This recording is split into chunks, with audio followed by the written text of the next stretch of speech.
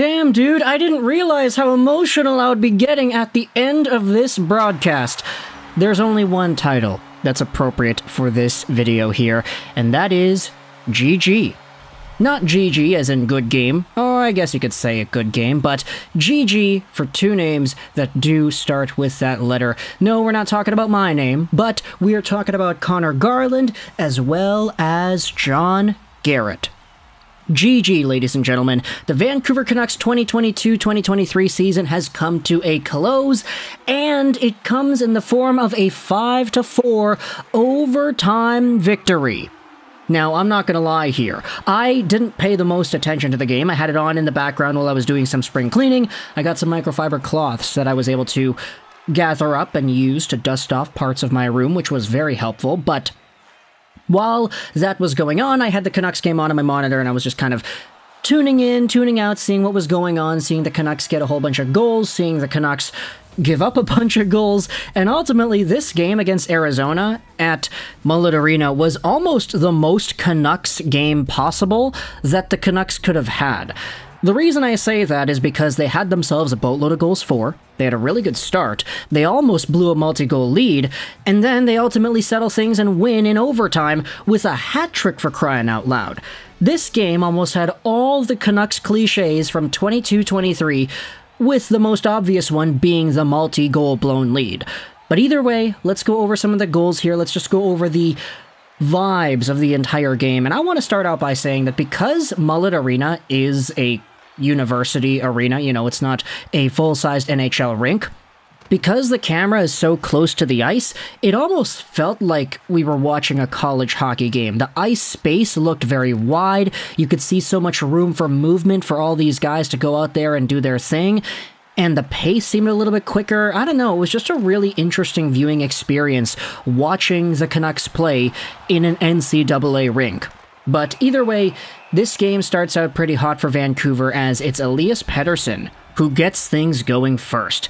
It's Kyle Burroughs and Quinn Hughes who gets the assist here, and for Hughes, it was good because the guy had gone like 6 games without getting a point or something like that.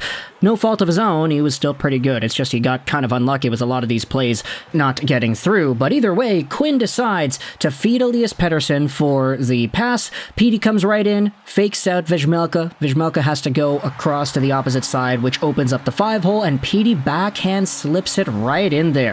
1-0 Vancouver, 4 minutes into the game, but it doesn't take long for the Arizona Coyotes to respond with Liam O'Brien. He takes a really weird kind of baseball swing as the puck rebounds off of Colin Delia. It was honestly kind of a fluky goal, but I mean, great hand-eye for O'Brien. That wasn't the first time he got on the board here either, so good on him for getting multiple goals against the Canucks, but it's a 1-1 game, 5 minutes into the first period.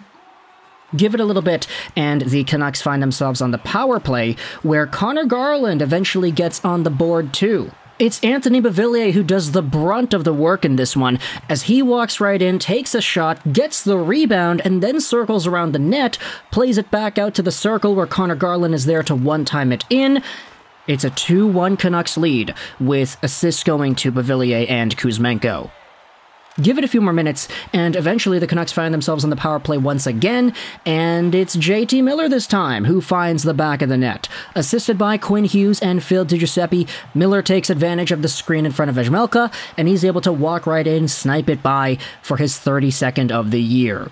3-1 Vancouver, about 12 minutes into the game, and then you give it a few more minutes, and it's Conor Garland who gets on the board once more. 2 goals in the first period here for Garland, 2 assists for Burroughs in the first period as well, as it's a Burroughs shot that ultimately gets tipped in by Garland. There's a secondary assist to Andrei Kuzmenko as well, so good job to both of these guys for finding the right passing lanes and puck facilitating plays to get on the board twice in the assist column, and of course, good job to Conor Garland to get the 4th Canucks goal as well.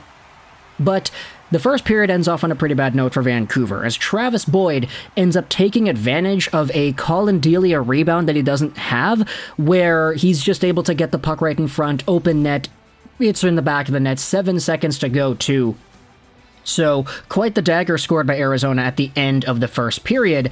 And then the second period and third period come along, and this is just really where Arizona starts to take control.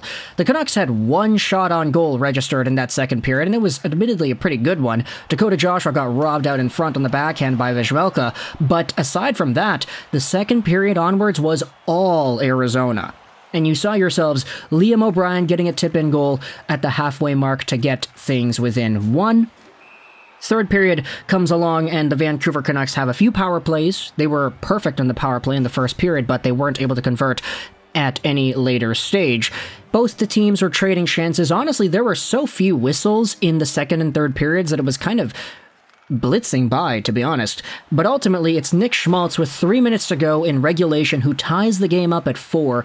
He pretty much has all the time and space in the world to walk right in and snipe it by Delia. It's a 4-4 game after the Vancouver Canucks had a 4-1 lead with seconds to go in the first period. The Coyotes tie it up, it's late, and the game goes to overtime, where Conor Garland goes out there and decides that he wants to get the hat trick against his old team. His very first NHL hat trick. He had 5 multi-goal games up to this point, no hat tricks, and he scores a good one against his former team. The pass comes from JT Miller. There's also a Quinn Hughes secondary assist on this one because Hughes fed Miller before going off to the bench. Hughes ends off the season, by the way, with 69 assists, so that's a pretty nice number there. But Miller throws it over to Garland, who walks right into the zone, fakes a slap shot, twirls around JJ Moser, cuts into the middle, goes backhand, forehand, backhand, and then he buries it upstairs on Vejmelka. That's his 17th goal in the season, very first hat trick on his career. Assist, as we said, to Miller and Hughes, and that is all she wrote. The Canucks get the loser point here. They worsen their Connor Bedard lottery odds by getting yet another 2 points, but at the end of the day, it's a very proper send-off for one John Garrett, who had himself a segment after the game was over with John Shorthouse and Dan Murphy. You could see them talking about the career, talk about Garrett, and Shorty was almost tearing up, really. Like, I was almost tearing up just watching Shorty almost tear up with how emotional and sentimental everything was there, just talking about Garrett and what a legend he had been in this city. But that's ultimately all she wrote on the Vancouver Canucks 2022-2023 season. Their final record is as follows: 82 games played, 38 wins, 37 losses, and 7 OT shootout losses. They're just barely above 500. They finished the season off with 83 points and a minus 22 goal differential. Yeah, they really didn't do a great job holistically when it came to disallowing, or not disallowing, but protecting their own net. But at the very least, he got 100 points out of Petey. Point per game season for Miller, I believe. Was he at a point per game? Yeah, he had multiple points in this one, so there's no way he wasn't a point per game. Yeah, that's right. He was at 80 points in 80 games played coming into this game, and in this Arizona game, how many points did Miller get? Just do the math right here. Yeah, he had a goal and an assist, so he is at 82 points in 81 games played, over a point per game. Good for him. Andrei Kuzmenko unfortunately did not hit 40, but the fact that he even hit 39 in the first place is kind of wild. He had 2 assists in this one, though, so that boosts his point totals all the way up there to, what was he at before? He was at 72, so he's at 74 now. Very good season for a brand new NHL player. Quinn Hughes, of course, got on the board 3 times with assists, so he's at 76 points, and Elias Pettersson had himself the goal, so he's at 102 points on the year, and 39 goals himself.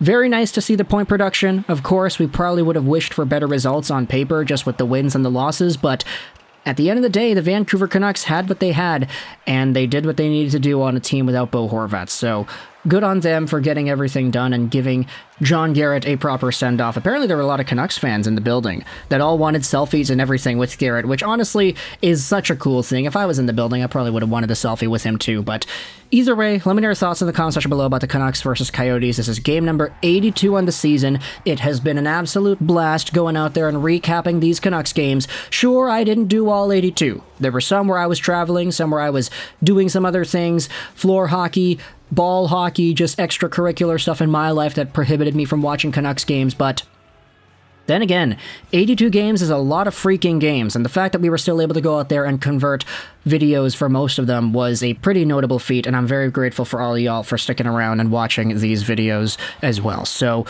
with that being said, GG! GG to the season, GG to John Garrett, GG to Conor Garland with the hat trick as well. Let me know your thoughts in the comment section below about this game and the emotional weight of having the final game of the season be present, as well as John Garrett's retiring too. Thoughts in the comment section below. I hope you enjoyed this video. And bye.